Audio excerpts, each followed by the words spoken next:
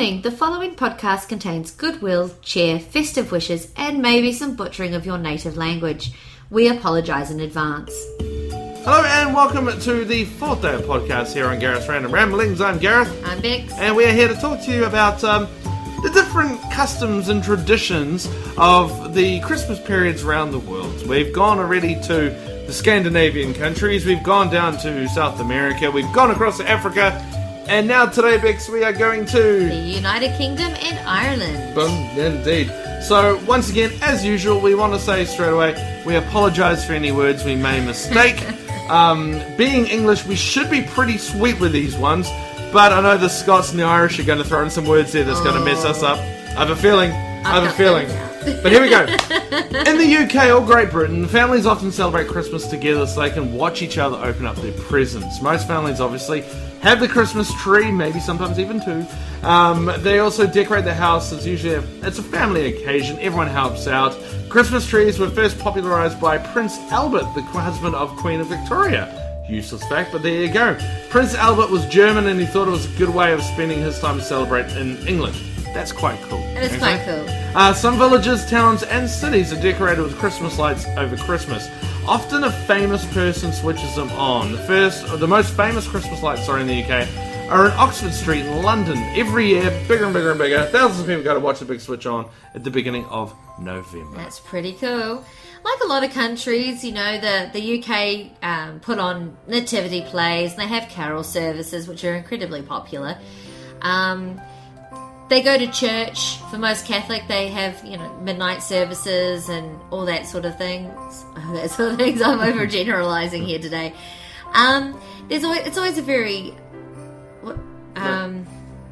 very special time of the year in the UK, and it's always extra special when it snows. Children believe in Father Christmas or Santa, and he is believed to have left presents in Christmas stockings or pillowcases in our case. And children write, like most children, they write letters to Santa Claus. Now, sometimes they're posted in the mail to the North Pole, and other times they're posted via fireplace, which is something I didn't know about, where the children will put their letter into the fire, and it's said that the fire will blow it over to Santa Claus's toy shop. That's pretty cool. It is quite cool, isn't it? Indeed. So now, that's all that. We'll go to Scotland now, shall we? Just jump across the border. Some people celebrate New Year's Eve more than Christmas. Now they call it Hogmanay. It comes from a kind of oat cake that was traditionally given to children on New Year's Eve.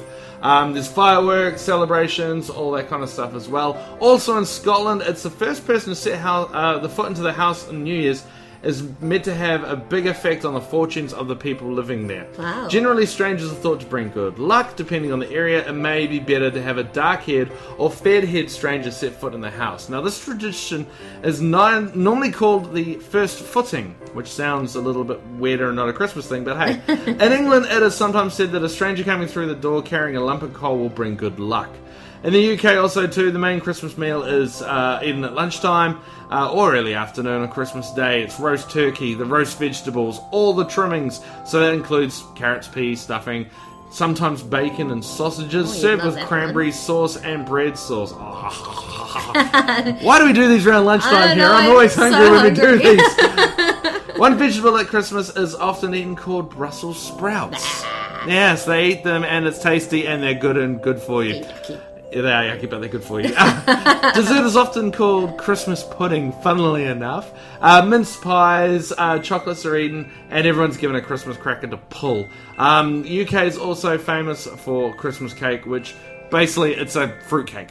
Rich fruit cake, some marzipan on top with a bit of icing, and then, the traditional Christmas stuff. So hollies, tinsel, all thrown on there and said, there you go, there's your decorations. And usually fermented in rum or brandy. Yeah, that's my favourite part. The rum or brandy? Yeah, the rum and brandy. Yeah. Oh, it's Christmas. Gone. Yeah. Alrighty, moving on now to Ireland. It's a pretty cheap rum to come out of a can. I know, right? Got it. In Ireland, people celebrate Christmas in pretty much the same way as most European countries in the UK and the US as well. But they also have many of their own Christmas traditions and customs. Christmas for the Irish people who are Catholics lasts from Christmas Eve to the feast of Epiphany on the 6th of January, which some Irish people call Little Christmas. Epiphany isn't now widely celebrated in Ireland, unfortunately, though. There is an old tradition in some Irish houses where people put a tall, thick candle on the sill of the largest window after the sunset on Christmas Eve. The candle is burnt all night and represents the welcoming light for Mary and Joseph. To me, I'd be terrified. I think I'd burn the house down.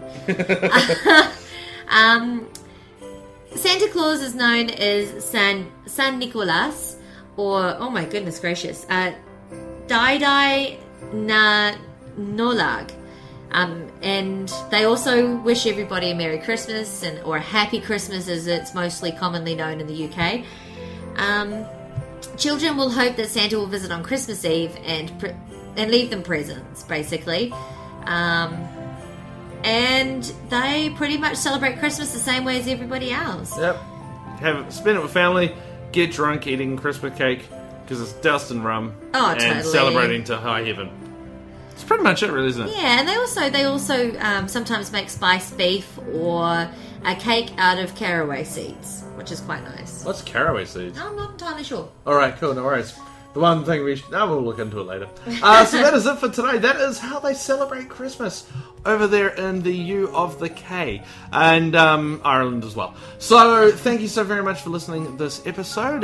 Tomorrow we are off to another extraordinary place. Where are we off to tomorrow, roughly? Oh, good question. Oh, As we run out of time, where are we going? We are moving to the Middle East tomorrow. Oh, interesting. So, whereabouts in the Middle East are we going? Find out tomorrow by listening to Gareth's Random Ramblings here on Spreaker and iTunes. Thank you so very much and have a great, great Christmas.